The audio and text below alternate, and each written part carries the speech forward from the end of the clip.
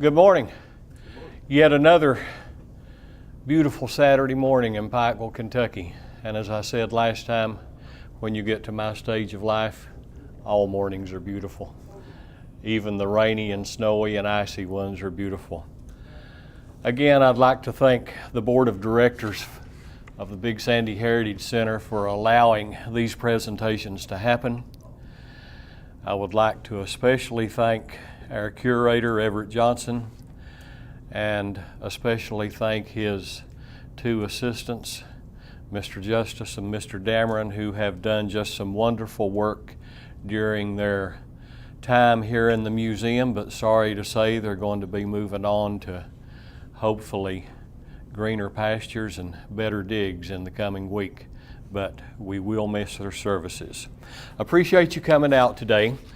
A month ago today, I presented what I thought would be the first year of the Civil War on the Upper Big Sandy, but it turned out to be an hour and 45-minute presentation. I looked at my watch and I thought, oh my God, what have I done? Because I thought I hadn't been at it any more than 30 minutes.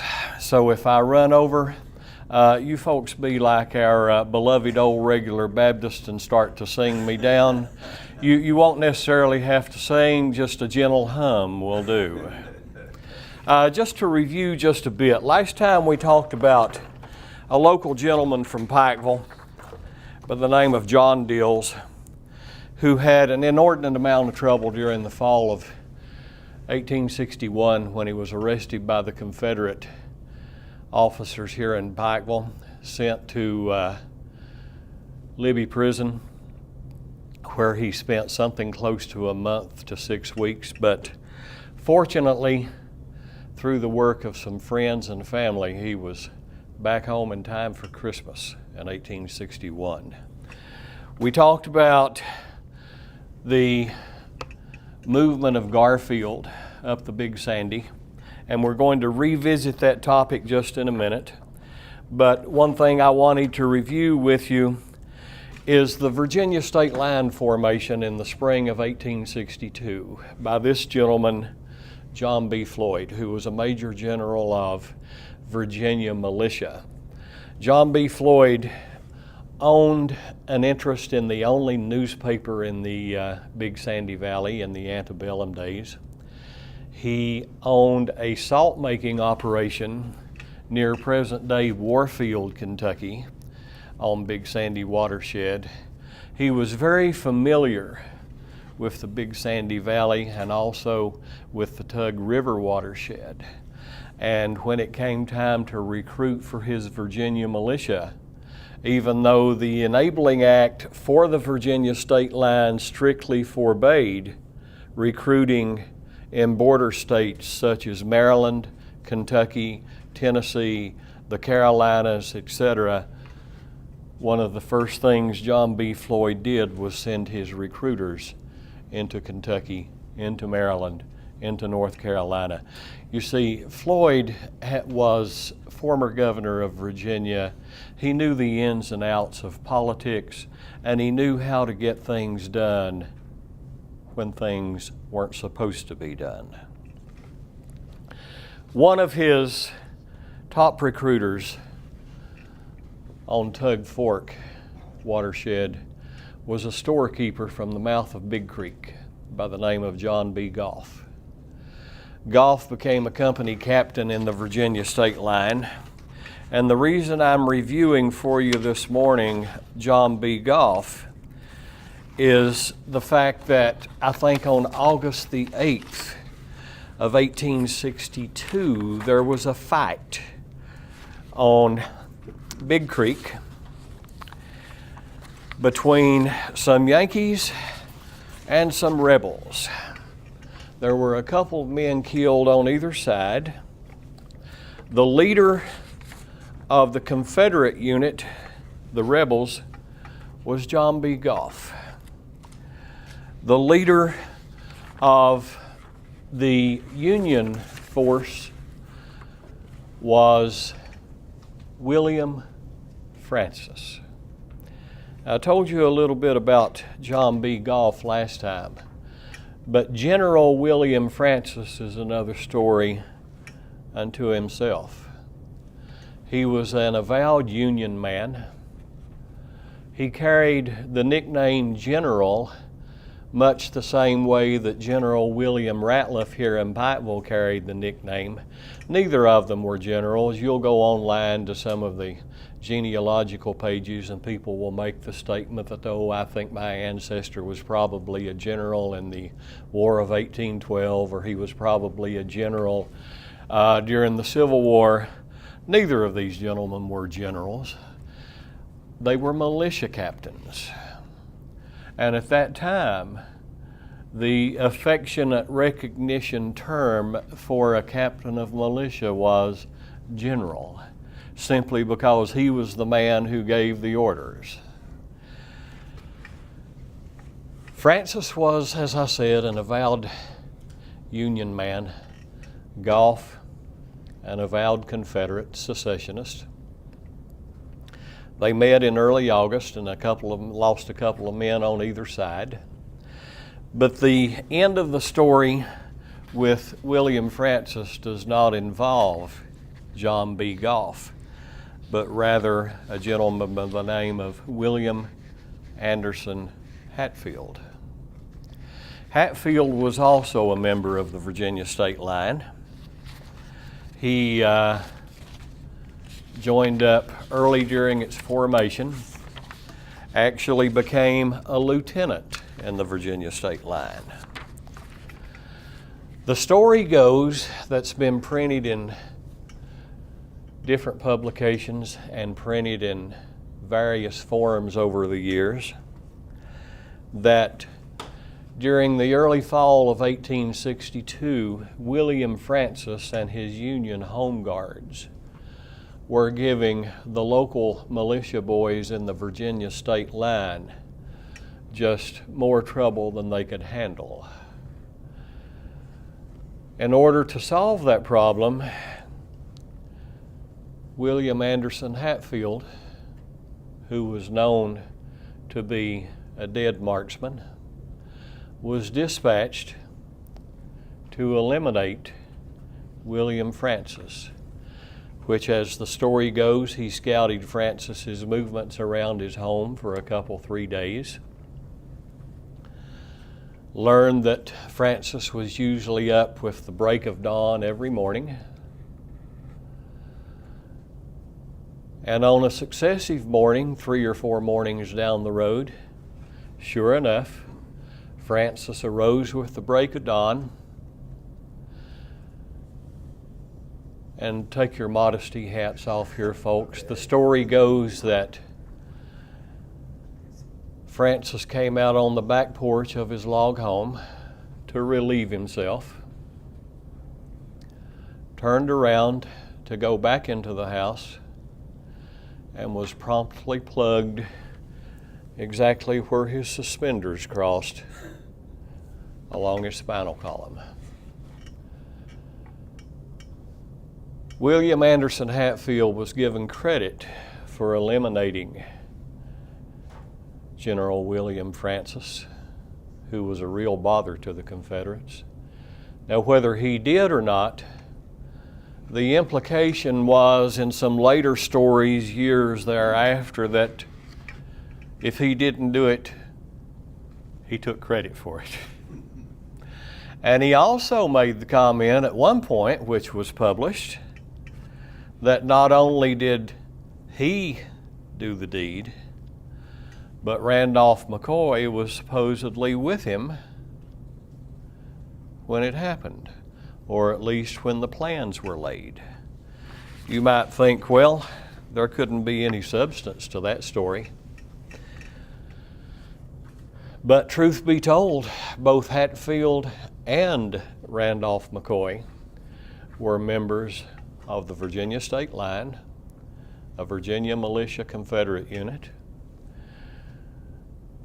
The problem with McCoy was that in early July of 1863, after the state line disbanded, most of their members in southern Logan County along Tug River were joining up with the 45th Battalion, Virginia Infantry. And not 10 days later, after the formation of that unit, Randolph McCoy had joined, got into a firefight in Pike County, and was captured by the Union, and spent a considerable amount of time in a POW camp. Now let's move back to Levasseur Fork. And let's move back to a story I want to tell you about Garfield. Last time I told you how Garfield had actually issued a pass to William Ratliff, to General Ratliff, to visit his family because his wife had come down with fever following the February 1862 flood along Big Sandy. Another interesting story about Garfield revolves around the fact that he was a member of the Disciples of Christ, what in those days were called Campbellites, a very strict interpretive order of regarding the Bible. I'll tell you how Garfield probably preached a funeral while he was in Pikeville. I have found several letters regarding the death of a young mason close to Pikeville, and none of those letters give his name, but several of them give us some very good clues. One of Garfield's surgeons wrote that the young mason had been driven out of his home and out of Pikeville at the beginning of the war because the Masonic Lodge in Pikeville was, to paraphrase, nothing but a nest of Confederates. And if you look at the names of most of the early members of the Masonic Lodge once it was formed here in Pikeville, sure enough, most of them were Southern men. This young man actually went downriver to Catlettsburg. He passed away in February of 1862. His father had the body, I won't say he had it preserved, but he had it cleansed, dressed, put into a casket, and brought upriver to the home, where he said it would lay in state in the front room of the family home until the young man got his dying wish, which was a Masonic burial. During the first week of March of 1862, one of the 40th Ohio, who was also a Mason, wrote home to his family that, "I attended a Masonic burial this week.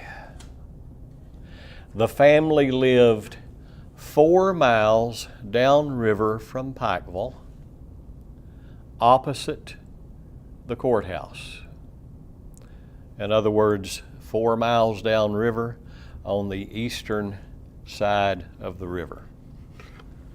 And he went on to say that the family lived in one of the 2 brick structures I have seen along this valley.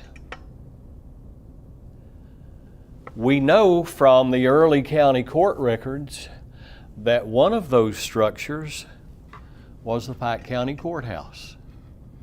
Now, don't fall into the trap of thinking that the original courthouse, which was a log structure and weatherboarded, lasted until the time of the Civil War. That one only lasted about 12 years. The brick courthouse was contracted by none other than General William Ratliff, who was responsible for it being built and finished around 1835 or 1836.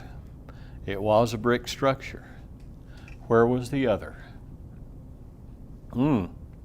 If you go through the 1860 Pike County Census, there was a gentleman who lived, and if you know your census records, you can put distances beside the names, who lived just past the mouth of Stone Coal on the Big Sandy River. And in the 1860 census, there is an itinerant brick mason and his brother, who was probably the mortar man for his brick mason brother, living in the home of John H. Reynolds. You do a little further research and you learn that John H. Reynolds' son, John W., whom they called White Reynolds, the W probably stood for white, was a school teacher.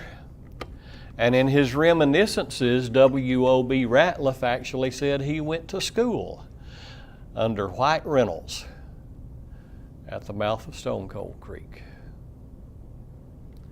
What makes me think that Garfield probably preached his funeral? Well, number one, Garfield would preach at the drop of a hat. He would sermonize to anybody who would listen. In one of the day books, I think for March 4th, 1862, don't hold me to that date, it's in a book called Captain Henry of Geauga, which is a day book from one of Garfield's regimental companies. The scribe entered into the book that morning, Colonel Garfield is gone down the river. He would have had no other reason to go down the river because he was back in Pikeville by that afternoon, as records indicate. My suspicion is that Garfield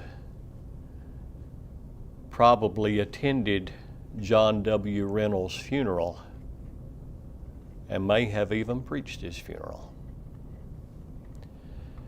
If you visit the Hatcher Reynolds Weddington Cemetery just on the other side on the right of the underpass at the old short used car lot, you can visit John W. Reynolds' gravesite. It's there for all of us to see today. Just gives you an idea of the kind of person that Garfield was, but also gives you further insight into the troubled times that were just so prevalent up and down our part of the world during the first couple years of the Civil War. The first Saturday of August of 1862 was a very warm day. The river, I am on page 14, starting at the top, leading off page 13, going to page 14. The first Saturday in August was inordinately warm. The river was down. It had been a very dry season following the flood of February. Some stories tell us that at Louisa and Catlettsburg you could actually walk across the river by picking your spots and never get your feet wet. So think about how low the river would have been upstream in Pikeville. It was a lazy afternoon. You can just imagine the storefronts and the wooden plank sidewalk with 4 feet on each chair, and the 2 back feet had been on the floor for 2 hours, and the 2 front legs of the chairs hadn't seen solid ground for 2 hours because we were passing the time telling stories and whittling. When all of a sudden a courier or two, or a runner as they called them in those days, announced that the rebels are coming. And sure enough, they were. The rebels were led by Nathaniel McClure Menifee, one of my favorite Civil War characters, not because of the deeds he committed, but because of the personality he possessed. I still can't figure that man out. Excuse me, there were other Confederates, a company of the 5th Kentucky Mounted Infantry, led by Anderson Moore from Elkhorn Creek. They got together at about the point where Russell and Levisa Forks meet, and they came down the river together. About the time Menifee's men were crossing the river, just below Fish Trap. Someone on a mountainside popped off a few shots at them. They couldn't run them down, they couldn't catch them, they couldn't determine who had fired those shots. But the immediate suspicion went to the two sons of Peyton Justice. They immediately went to the home of Peyton Justice, essentially said, "Where are your boys?" They got no positive response.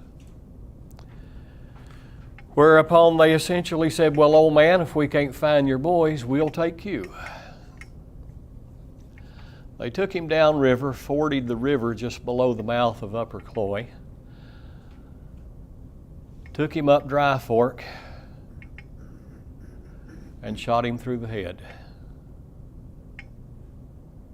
A few days later, a man was walking down Dry Fork, stopped to rest on a log, and discovered Peyton Justice's body where it had been disposed of. That story still endures today. On page 14 is a quote from a book that a long-distance friend of mine by the name of Jeffrey Justice scouted out years ago. The scouts were crossing the river, and when it says scouts, we're talking about the Confederate scouts under Anderson, Moore, and Menifee. The scouts were crossing the river at the forks, and someone shot at them from the trees on the hillside. They could not catch the person who had fired the shot. They went to Peyton's home nearby, where Peyton was sick in the bed. Neither he nor his wife would tell who had fired the shot when they crossed the river. The scouts thought it might have been one of their sons. The men took Peyton from his home, traveled a few miles downstream to the mouth of Dry Fork before they killed him. Later, a person coming down Dry Fork stopped to rest on a log and found his body.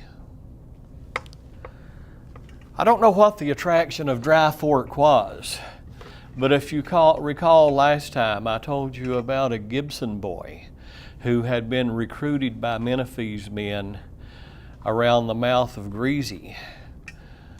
The Gibson boy was a Union man who gave Menifee's men a lot of static, a lot of trouble, and the farther they took him, the less inclined they were to deal with a person of such temperament. So they took him about a mile up Dry Fork and they hanged him from a tree. Garfield's men discovered the body the following day.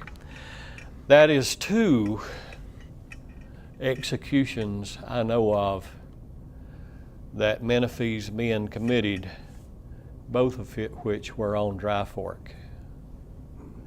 And incidentally, both of which were on the property of Henry May, one of Menifee's scouts who lived at the mouth of Shelby Creek. Henry May's home stood until the 1970s, I think. You may not be able to recall it, but stretch your parents' and your relatives' memory. There used to be a white two-story house that stood at the mouth of Shelby Creek, present location where Terrell Coleman's office building for Coleman Oil was built. That white two-story house was actually a log home underneath. That was the home where Henry May lived. The house was an antebellum structure. It had been built before the Civil War by a gentleman named Billy Adkins.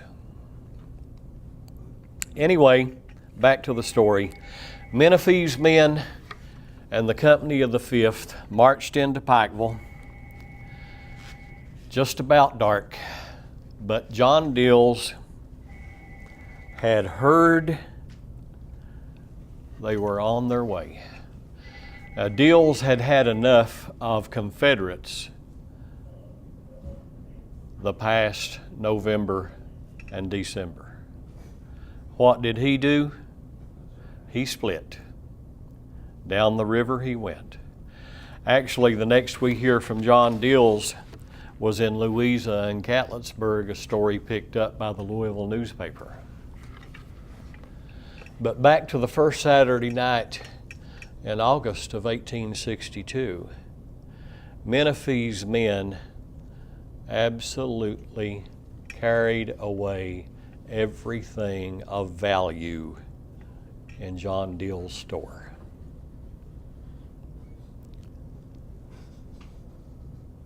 Two gentlemen were walking the street that night.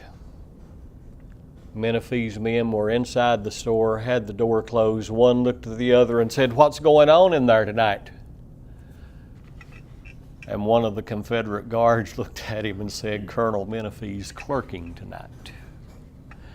They clerked until about 2 or 3 o'clock in the morning, forded the river, back up Cloy, down Upper Cloy, down the Big Sandy about halfway between the mouth of Cloy and the mouth of Shelby. They forded the river. They went down to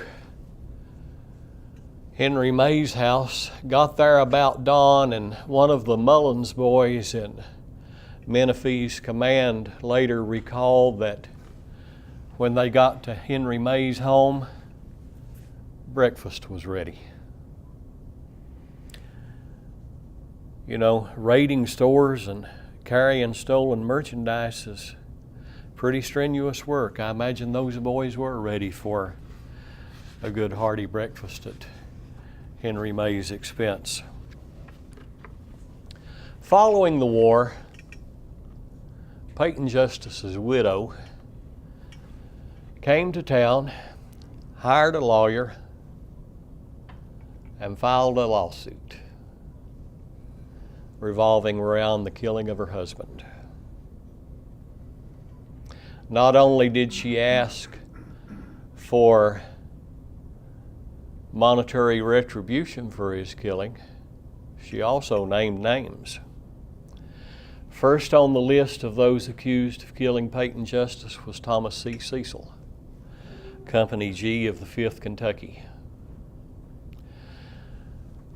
Now, you might think that doesn't make a lot of sense, but if you go back into the early Pike County lawsuits before the Civil War, there were some outstanding debts between Peyton Justice and his sons on the one hand, who owed money to Thomas C. Cecil, who was a storekeeper along with his uncle Colbert here in Pikeville. So if those debts were never paid, or if they were still partially outstanding, I can full well understand why during a time of war and bad feelings that Thomas C. Cecil may have been inclined to take it out on the old man. But Cecil was not by himself. I told a member of our audience this morning that we had a couple of real characters off Marybone during the Civil War, and those two characters were riding with Menifee. One of them was Andrew Jackson Fry. The other was James Sykes. They both lived in, as one of the quotes go, the head of Marybone. Now, it's according to which branch you go up to decide where the head of Marybone was at that time. Fry and Sykes were both Virginians who had moved into Kentucky, and they had been riding with Menifee since late winter, early spring of 1862. There were two Flemings who were the sons of a War of 1812 veteran, Robert Fleming, who today is buried at the mouth of Burke Branch on Shelby Creek.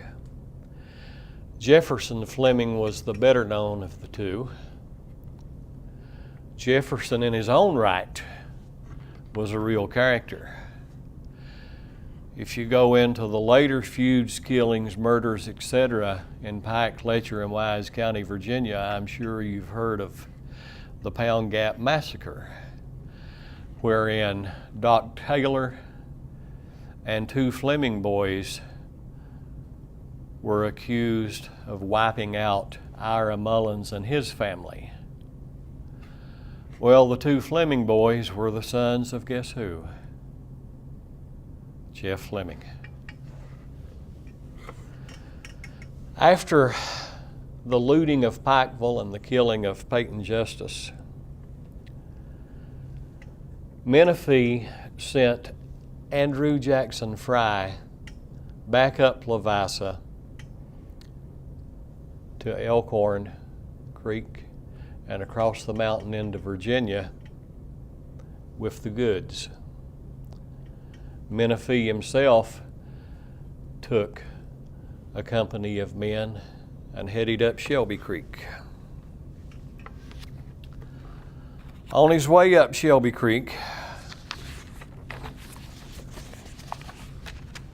Menifee and his men helped themselves to most anything that was valuable, that could be eaten, worn, resold, ridden, shot, or anything that would cut. And one thing I forgot to share with you was a quote that came from John Deals later on. I don't know why I'm so scattered this morning, but you remember I told you that they closed the door to Deals' store while Menifee clerked that Saturday night. Well, when they came into town, Deals had had the foresight to lock his storehouse. They couldn't get in. Later, Deals' daughter, in sworn testimony, said that Menifee's men persuaded Mother to open the door. Now, how could a bunch of rebels persuade a lady to open the door to her husband's storehouse? I'm sure they didn't say please. I'm sure they probably didn't refer to her as Mrs. Deals or ma'am.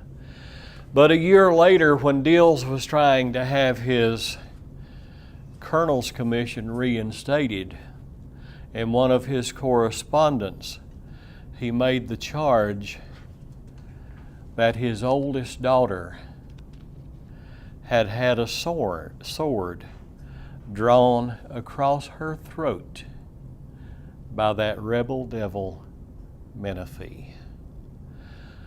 I imagine a sword across your daughter's throat would probably persuade most any mother to open the doors to their husband's storehouse. Wouldn't you agree? Now that I've got that little aside out of the way that I had entirely forgotten to share with you, on their way up Shelby Creek, I can just imagine the visits that Menifee paid, especially to good Union men. One of the Union men he visited was a Mr. Ramsey who lived near the mouth of Robinson Creek, who later charged that Menifee had taken his livestock in early 1862. Another was Robert Johnson, who was a die-hard Union man who lived on Long Fork of Shelby Creek, who also charged that the rebels had taken his horses just after the election in August of 1862. I want to stop there, make a right turn. Twice I've mentioned the election of 1862. At that time, Kentucky was still on a teeter-totter. It could have gone Union, it could have gone Confederate. It was doing a very perilous balancing act. In order to show Union support, the Union Military District of Kentucky decided we will hold an election the first Monday in August. And we're going to make sure that we look real good.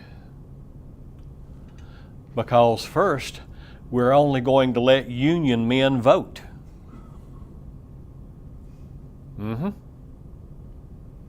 Secondly, if any known Confederate comes to the polls to vote, to cast a ballot, he must swear an oath of allegiance to the Union before he'll be allowed to vote.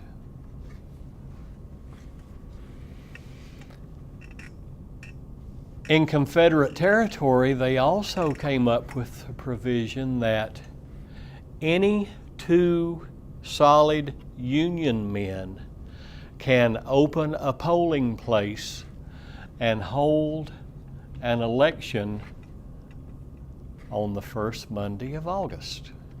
In other words, two good Union men can open their own polling place, and good Union men can come and cast their ballots for the good Union candidates, so we can show solid Union support in Kentucky. I don't know who it was, but I suspect that it may have been Mr. Ramsey and one of his friends from the mouth of Robinson Creek area actually were brave enough to open a polling place in a schoolhouse at the mouth of Robinson Creek on the very Monday morning that Nathaniel Menifee and his men were coming up Shelby Creek. In one of his letters to a southern newspaper, Menifee told the story of what happened at that election, at that schoolhouse, that polling place at the mouth of Robinson Creek. He wrote, "The colonel captured the poll books and held the election his own way." In other words, two good Union men had decided to hold the election, but that's just about as far as it got. If you look at the election returns for that Union-sponsored election, the first Monday of August of 1862, there were no returns from Pike County, Kentucky. One of the reasons being that Nathaniel Menifee saw to it that no votes were cast. Menifee moved on up Shelby Creek, made it as far as the mouth of Dorton Creek, and he ran into trouble. How do we know that he ran into trouble? Because people loved at that time to write letters to the editors of newspapers and tell their woeful, sorrowful stories. There was a tenant farmer, maybe a sharecropper, living on the property of Payne Johnson at the mouth of Dorton. His name was Mr. Murray, M-U-R-R-Y. You can find him in the 1860 census, not M-U-R-R-A-Y, but M-U-R-R-Y. He lived on the property of Payne Johnson, and I can tell you that assuredly because he lived between the Johnson family and a Sanders family. And the Sanders family had two sons who were riding with Menifee. So that precluded any idea that a North Carolina-born Union supporter might be living as a sharecropper or a tenant farmer on Mr. Sanders' property. He was living on Payne Johnson's property. His wife wrote a letter to the Frankfort newspaper and told about the little fight at the mouth of Dorton. Menifee and his men got into a fight with a home guard unit, and the home guard unit was probably led by William H. Johnson, who was one of William Ford's subordinates in the local home guard, and who was also the son of Payne Johnson. The letter to the Frankfort newspaper tells us that Menifee threatened to hang. That was one of his favorite side projects, evidently, was stringing up people. He threatened to hang Mrs. Mary if she did not tell the whereabouts of her husband. She refused, and about the time somebody was getting ready to pull a gun on her, her husband came through the door and killed the person who had threatened him. Now the story says that it was Menifee's son who was killed. Problem? Menifee didn't have a son. But there probably was a son killed in that fight at the mouth of Dorton. The son was probably Payne Johnson's youngest son, William H. Johnson's youngest brother. His name was John Johnson. He was about 17 years old. I think he was 16 in the 1860 census. The story goes through grandma's tales and wives' stories and legends that have been passed down through the years that John Johnson was killed by John Wesley Wright, who later came to be known as Devil John Wright. I have no proof or disproof, but there's a distinct possibility. Some of the men who were riding with Menifee were men from Benjamin Caudle's company of the 5th Kentucky Infantry, who had also strung along with Anderson Moore's company when they came down from Tazewell, Virginia, and got together with Menifee's men at the mouth of Upper Cloy on the previous Saturday afternoon. I can tell you one thing, that if Devil John Wright did indeed kill John Johnson, that John Johnson was a member of the local Union Home Guard militia, and he was killed as an act of war. And why do I say that? I say that because his father, Payne, was a very litigious man. He believed in the law. He believed in the power of the law. He would file a lawsuit at the drop of a hat. I've also found that going through some of the early Pike County records, he could instigate someone to file a lawsuit against him at the drop of a hat. Matter of fact, he and the 2 Fleming boys who were accused of being part of the murderous crew that did Peyton Justice in, those 2 Fleming boys had been in lawsuits with Payne Johnson and his family for years before the Civil War. Why was it an act of war? Because Payne Johnson did not file a post-war lawsuit regarding the death of his son. He had no one indicted for murder. In his memoirs, his autobiography written in a nondescript book called Soldiers, Statesmen, and something else that was done after the Civil War, his brother William H. stated that his younger son John was killed in action. So there was a right good little firefight near the mouth of Dorton. John Johnson was killed. Who actually killed him still remains a mystery to this day. Menifee and his men went up Dorton onto the flat woods where the Sanders family lived, down the ridge, turned right onto Elkhorn Creek, and they started dropping off one by one. The Elkhorn Creek boys went to their homes. Menifee and his men went to the mouth of Lower Pigeon, up Lower Pigeon, across the mountain down onto Holly Creek near present-day Clintwood, Virginia, loaded with goods after a very successful raid on Pikeville, Kentucky, and John Dill's store. The autumn of 1862, following that raid, was kind of quiet. And the reason it was kind of quiet goes back to my thought that Kentucky was still on a teeter-totter at the time. There had been an operation working since late July for the Confederate invasion of Maryland and Kentucky.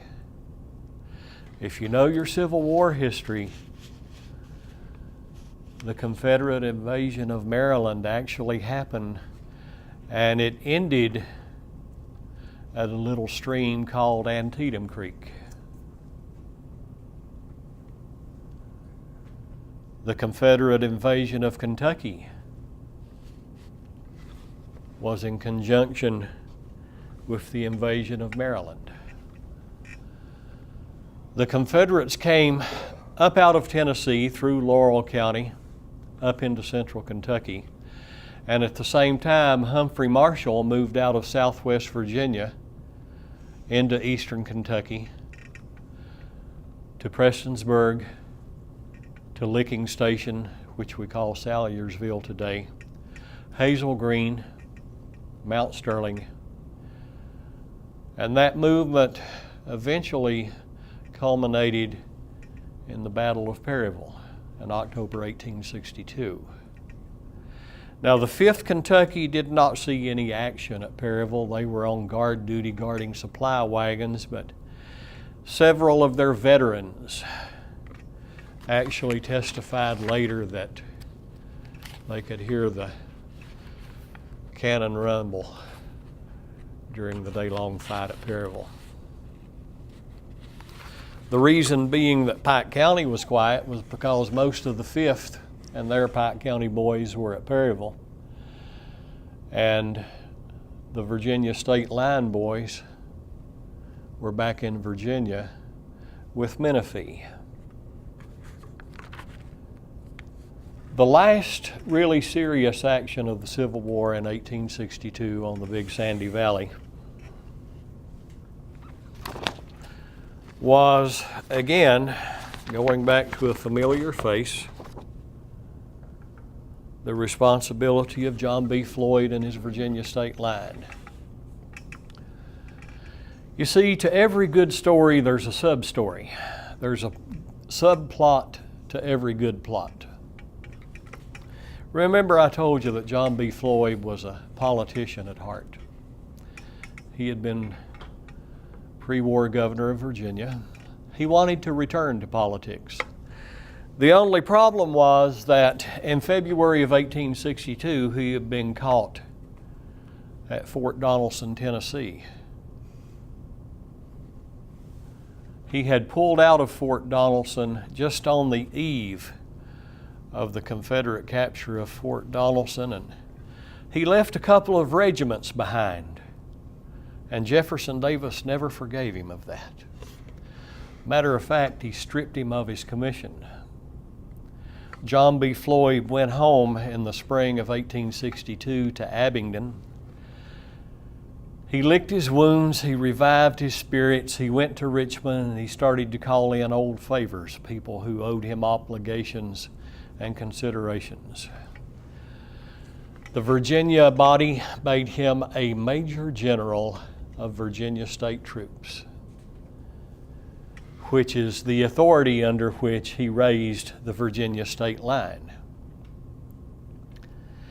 Now, John B. Floyd really didn't want to be a soldier. He had had enough of war at Fort Donelson.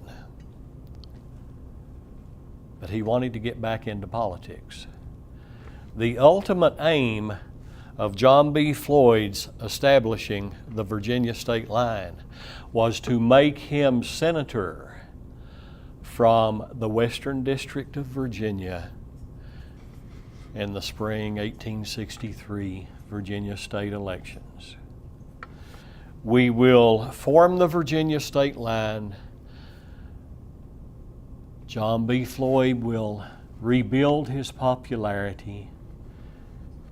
He will be elected senator. A couple of problems with that. One problem was that senatorial elections are not like they are today. In those days, state senators to the state legislative bodies were not elected by popular vote. They were actually elected by the representatives.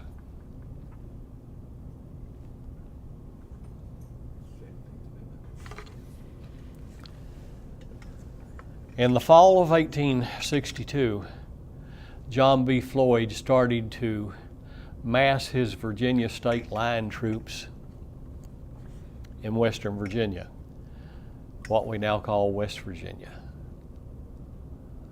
They first congregated at Wyoming Courthouse on a spot of land that one of his subordinates wrote did not have enough level land to raise a good cabbage patch.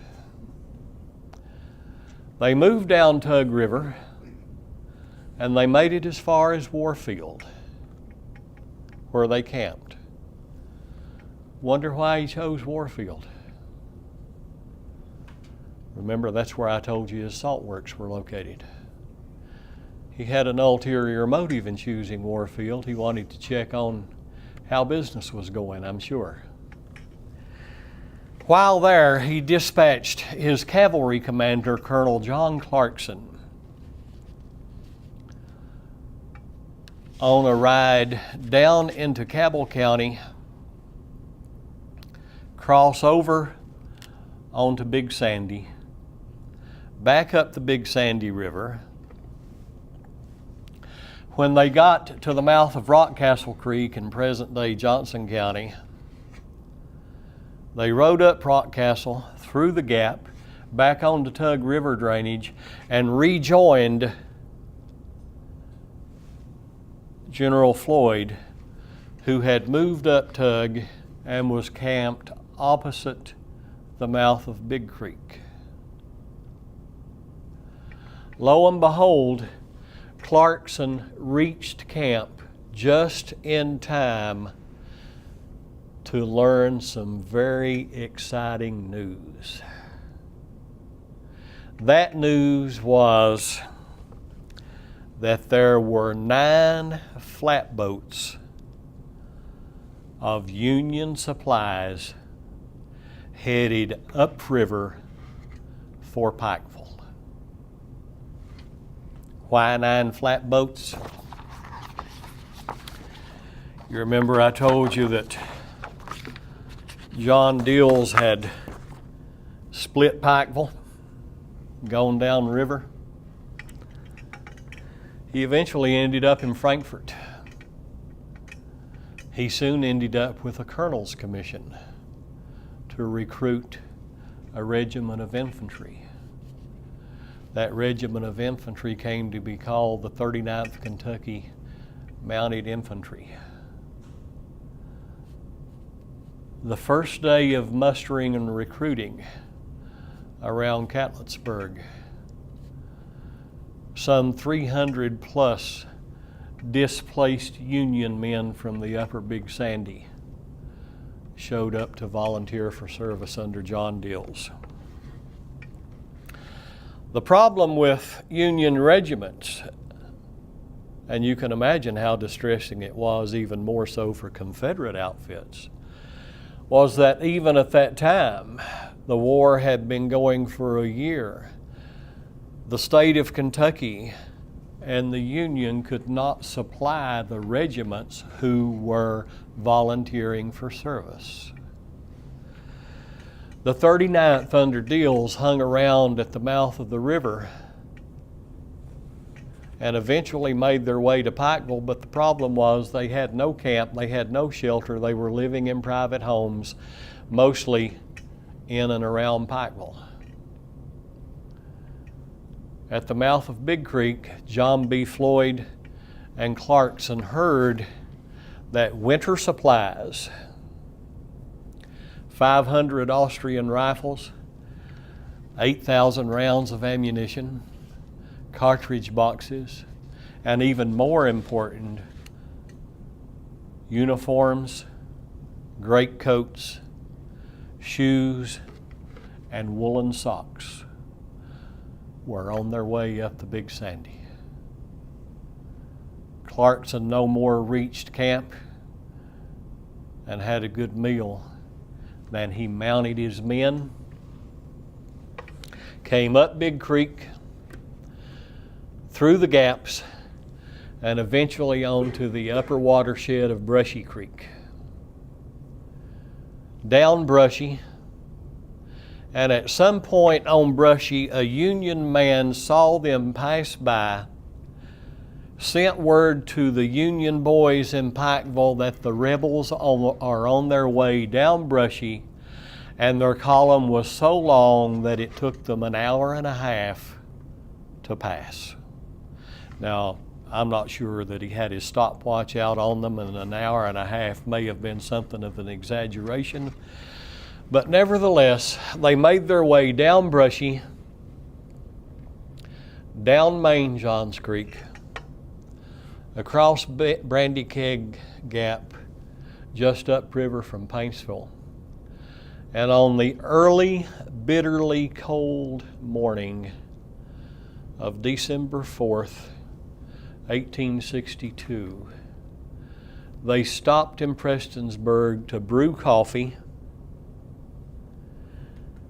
and moved on down the river 5 miles. They knew where the flatboats were located. And most of you here today probably do also, but for those of you who do not, I'm sure you'll recognize the spot. You go north on 23, you take a right across the Big Sandy to Highlands Regional Hospital.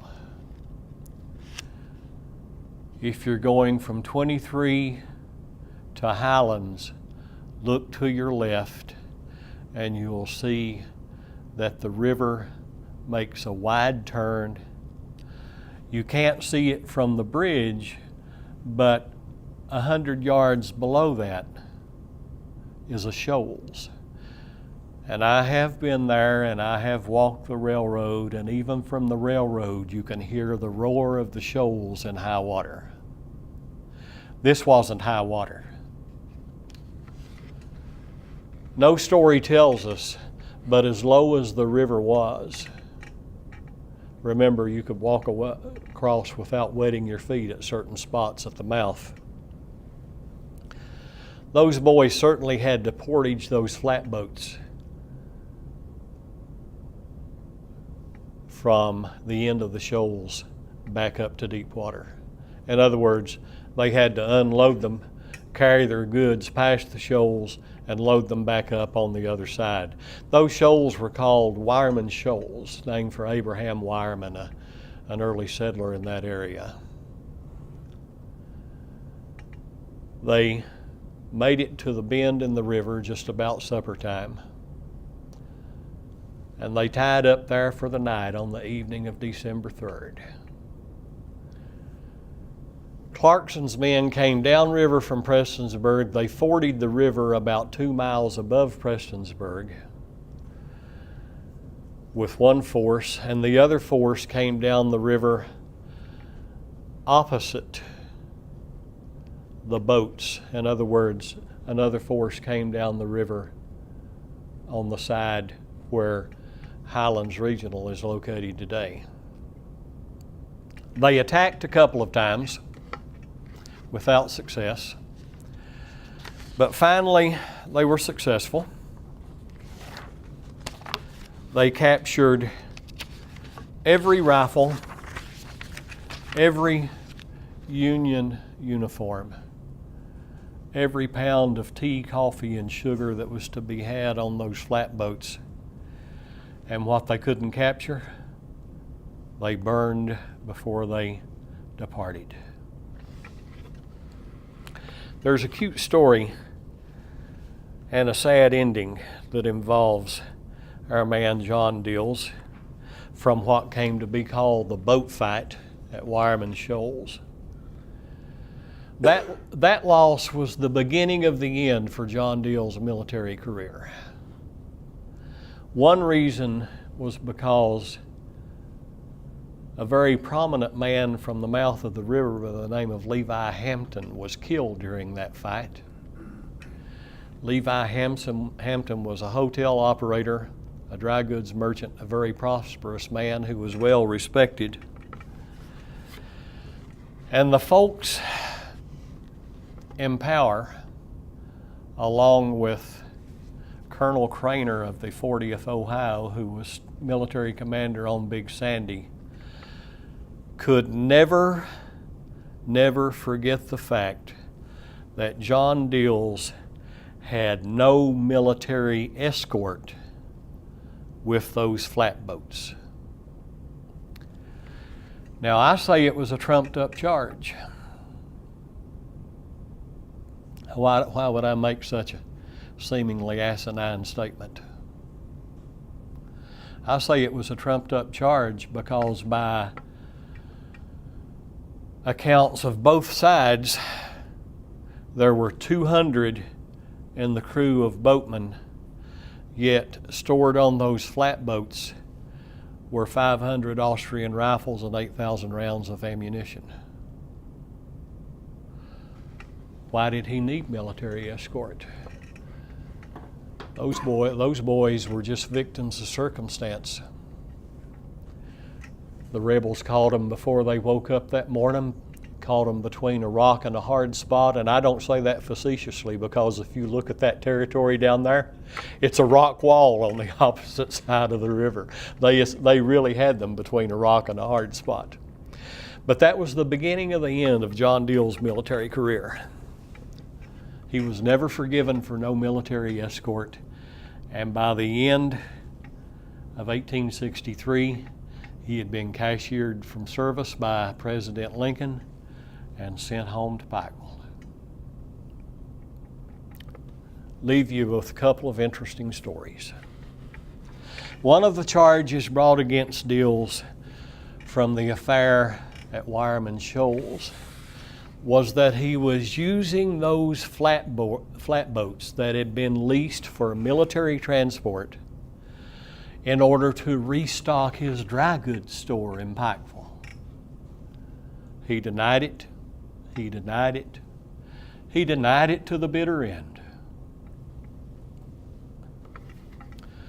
In the archives of the University of Virginia are a stack of photocopied letters, probably 2.5 inches thick, written by Micaiah Woods, who was aide to John B. Floyd. Now, looking for a little excitement, Micaiah Woods volunteered for service with John Clarkson's cavalry detachment, and he was there during the Battle of Wireman Shoals. He later rode home and told his father that he had contracted a severe cold because he had waded the river twice that day. Now remember, what I'm getting at here is the fact that Dills had been accused of using the boats to restock his dry goods store. He said, no truth to it, not true, absolutely not true. Micaiah Woods rode home to his father and said, and I'll sort of quote and paraphrase, tell mother that I had her 2 pair of beautiful ladies' shoes taken from the flatboats, but somebody stole them before I could send them home to her. Now, what would ladies' shoes have been doing on those flatboats after all the denials that John Dills made that he certainly was not restocking his store at government expense? Go figure. The aftermath to the boat fight happened in Bull's Gap. Now, we don't know if it was the late night of December 4th or the early morning of December 5th. It was probably both. The Confederates had marched up to Prestonsburg cooked supper, and they had forded the river at the mouth of Town Branch. Y'all know where that is in Prestonsburg. It brings you out on Bull Creek. They had marched up Town Branch onto Bull Creek through that low gap. And the reason they had taken that route is because if you measure the distance and you don't mind getting your feet wet or taking the time to ford the river, that is the route there and across Bull Gap Mountain is about 3 miles shorter to the mouth of Beaver Creek than coming up the Big Sandy River. So they headed up Bull Creek, and just about the time they got into the gap, they came head first into a couple of companies of the 39th Kentucky who had learned that their winter uniforms, their woolen socks, their Austrian rifles, and their ammunition and everything the state and federal government had sent upriver for them was lost. It was snowing that night. It was bitterly cold. Most of them were, as the old saying goes, just shooting in the dark. But one rebel was unlucky enough to be killed. I don't have time to go into the details of that story today, and I won't bore them with you, but on Facebook there's a page called Big Sandy Civil War Roundtable.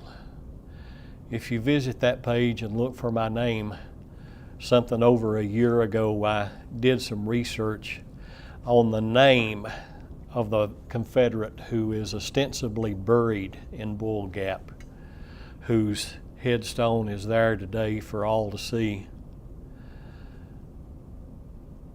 And along with my friend Jeff Weaver, who I worked with for several years on the Virginia State Line book, Jeff and I decided that the name that's on the headstone probably isn't the name of the man who was killed. The other unfortunate incident there happened again to our man John Dills. John Dills was leader of the party who had ridden from Pikeville to try to rescue the goods taken by the Confederates. The story goes by his own account that he was riding a spirited horse who, at the sound of gunfire, broke, threw him from the saddle. His foot remained caught in one stirrup, and he was dragged down the hillside. From that day forward, John Dills was afflicted with an ear that was never normal. The ear would drain. He would almost totally lose hearing in it at times. He later applied for a pension through the state of Kentucky. Why the state of Kentucky? Because the 39th Infantry had not been mustered into federal service at the time. The state, of course, at that time was not giving pensions. He applied for a federal pension, and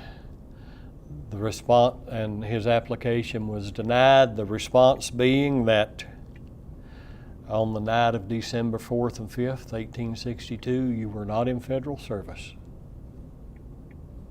You were part of the state force of Kentucky. Sorry about that, you'll receive no pension. That pretty much ended the action on the Upper Big Sandy for 1862, and I absolutely refuse to go into 1863 because time and endurance do not permit. I appreciate your patience. I appreciate your presence here today. And as I promised last time, which never came to pass, if you have stories to share, questions to ask, I can't guarantee they'll be answered, but maybe someone in your audience can. Thanks again. Very good. May I? Every Johnson's curator here. best orator I know, and I don't know how much information you put in one person's brain. Just a couple of points. You don't care what you tell, do you? No, it's true. Hey, yeah, I'm just curious about how General Humphrey is connected to Perryville. Humphrey Marshall? Humphrey Marshall, yes. Humphrey Marshall led the Confederate troops out of Virginia, down Beaver Creek, to Salyersville, to Hazel Green. He was accused of dragging his feet before they ever left Virginia. He was a very proud man. Humphrey Marshall always thought that he should have a higher rank than the Confederate government gave him. He always thought that he should have commanded more men than were allotted to him. He refused to leave Virginia until he got at least one more regiment under his command. Jefferson Davis sent him a Tennessee regiment, which sort of smoothed his feathers and made him feel a little bit better. But lo and behold, once they got to Winchester and held their parley, their Confederate Council of War, and decided where to move, Lexington, Winchester, Richmond, or wherever, they took that Tennessee regiment away from him. And knowing Humphrey Marshall's character, he was probably licking his wounds all the time. Now, if you ever get into the 5th Kentucky, you'll find that on the way back from Perryville, the 5th Kentucky started to fall apart. It was just as if a tower of dominoes had started to collapse. The reason being that those men in Prestonsburg in October of '61 had signed up for 1 year's service. And if you've ever been in the military, there's one date in your mind that you keep always tucked back and look forward to: the day you're going to be discharged. And the way it happened, about the time the 5th Kentucky came through Beaver Creek at what's modern Frenchburg, Kentucky, a place called McCormick's Gap at the time, some of those early volunteers looked at the calendar or read a newspaper and said, "Hey, guess what? My time's up and I'm going home." By the time the 5th got back to Hazel Green, they were disbanded. Now the 5th Kentucky reorganized, and a lot of those same boys re-upped into another year's service, and quite a few of them ended up in the Southern campaign around Atlanta and down in Georgia later in the war, gave some heroic service. But the first year of 5th Kentucky saw its end on the return from Perryville. One other thing, why was not General Floyd criticized or thrown out more for running away from Fort Donelson? You know, he abandoned Fort Donelson. Well, he was highly criticized, and he was stripped of his general's commission. Remember I told you he went home to Abingdon and licked his wounds? That's why the Virginia state line under Floyd, of which we had over 100 Pike County boys, over 200 Logan County boys, and I have no idea how many from Wise and Russell County, Virginia, from our bordering counties. You've got to keep in mind the difference between Confederate troops commanded by the Confederate Secretary of War in Richmond, Virginia, and state troops who were ostensibly under the command of the governor of Virginia. To answer your question real succinctly, John B. Floyd had friends in high places. So there's two state lines. The first one that Randolph and Atlanta was in. Same one. So that Floyd took over that same? No, Floyd raised that state line. To give you a brief time line. Spring of 1862, he got his Major General's commission. He started to recruit. Did I say Randolph was captured in 1862? Okay. Randolph served in the 1st Virginia State Line, a cavalry company. The state line, by legislation, the law that enabled the formation of the Virginia state line, was only effective for 1 year. It would have been disbanded by law in the spring of 1863. Wonder why? Because that's when the Virginia state senator elections were held by the House of Representatives. He had no use for the Virginia state line after the spring of '63. But we had some seasoned military men who were used to taking orders, who were used to giving orders, who knew the territory, who could handle firearms and blades, who came out of the Virginia state line. One of the officers of the Virginia state line, a Colonel Beckley, began to organize the 45th Virginia Infantry Battalion, and the great number of men who first went into that outfit came from John B. Floyd's Virginia state line. Most of the others went into the 21st Virginia Cavalry. This is after Donaldson, Fort Donaldson? Oh yeah, this is a year after Fort Donaldson, a year plus. Anderson Hatfield, Randolph McCoy, both past members, veterans of the Virginia state line, joined Beckley's 45th Virginia Infantry. Now, Devil Anse had enough of warfare, organized warfare, within a year or so and sort of went out on his own and was accused of being a guerrilla. Randolph McCoy probably didn't have all he could stand, but he met his end within 2 weeks after the 45th was formed, when he was captured and sent to Union POW camp. And the reason we know that is the Randolph McCoy. There were 2 Randolph McCoys in the area who could have qualified to have belonged to the state line and been captured.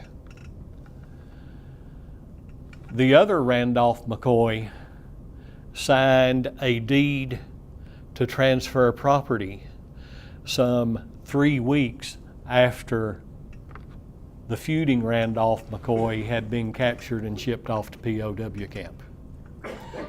Would have been my next question. You know, how do we know it was? It was.